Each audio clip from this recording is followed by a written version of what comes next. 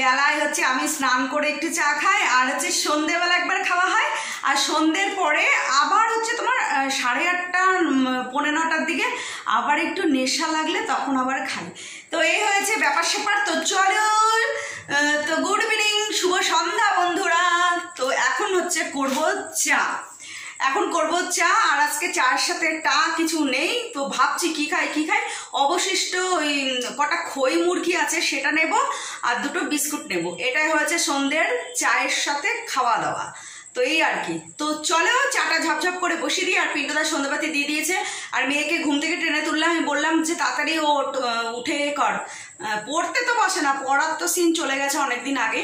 আমি ওর সন্ধে দিচ্ছে পাপান, সন্ধ্যাবেলায় শুয়ে থাকতে নেই, তাই টেনে হিসড়ে উঠিয়ে বসিয়ে দিয়েছি।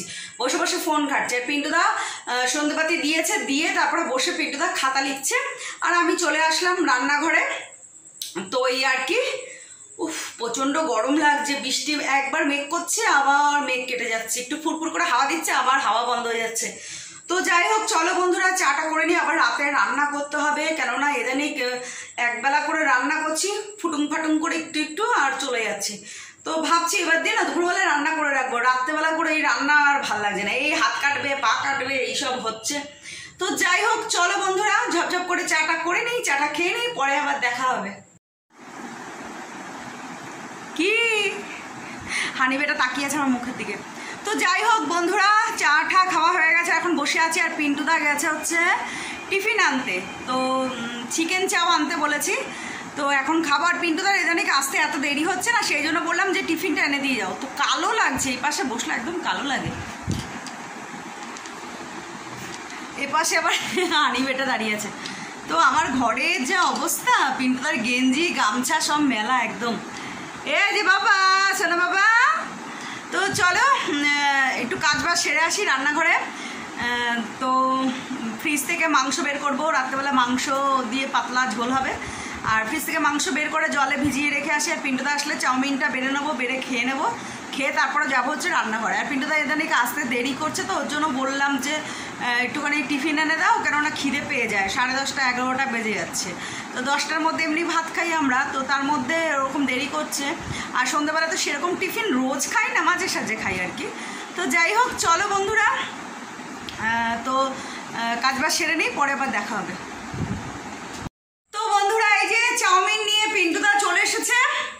আর হচ্ছে ফ্রিজ থেকে মাংস বের করে একদম বরফ ভেঙে জল দিয়ে ভিজিয়ে রেখেছিলাম, তারপরে গিয়ে ভিনিগার দিয়ে মাংসটা ধুলাম, চিকেনটা ধুয়ে একদম পুরো সব মানে পেঁয়াজ আদা রসুন সব অল্প অল্প নিয়ে পেস্ট করে একদম লঙ্কার গুঁড়ো, হলুদ গুঁড়ো, জিরের গুঁড়ো, ধনের গুঁড়ো আজকে সব দিয়েছি।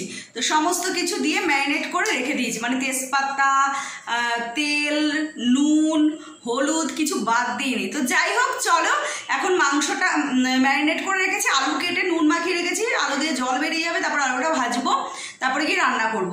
তো আজকে হচ্ছে রাতের মেনু ওই ভাত আর মাংস, আর ফ্রিজে দেখি কি আছে, কি খায় না খায় সেই বুঝে বের করবো, এই আর কি। আর হচ্ছে তোমার চলো চাউমিনটা খেয়ে নিই। পিন্টুদা চাউমিন দিয়ে চলে গেছে, তো পিন্টুদা খাবে না, পিন্টুদার জন্য বেড়ে রেখে দেবো, পিন্টুদা যখন আসবে রাতে তখন পিন্টুদা খাবে। তো চলো আমি আর মেয়ে চাউমিনটা খেয়ে নিই, তারপরে আবার দেখা হচ্ছে।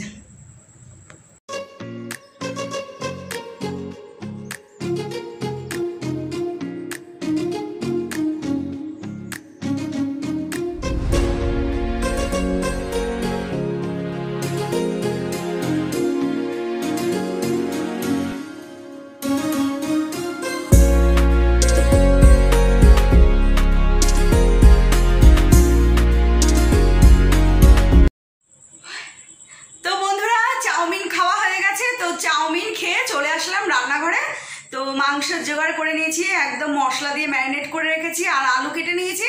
তো রাতে পাতলা পাতলা মাংসের ঝোল হবে। তো প্রায় দিনই এরকমই রাত্রেবেলায় রান্নাটা হয় আর কি, মানে রাতে তো মাছ খায় না, তো সেই জন্য আর কি। তো যাই হোক, চলো ঝপঝপ করে মাংসটা করে নিই। তো ব্যাস, তারপরে আবার গ্যাস মোছা আছে, আবার বাসন মাজা আছে, তো অনেক কাজ।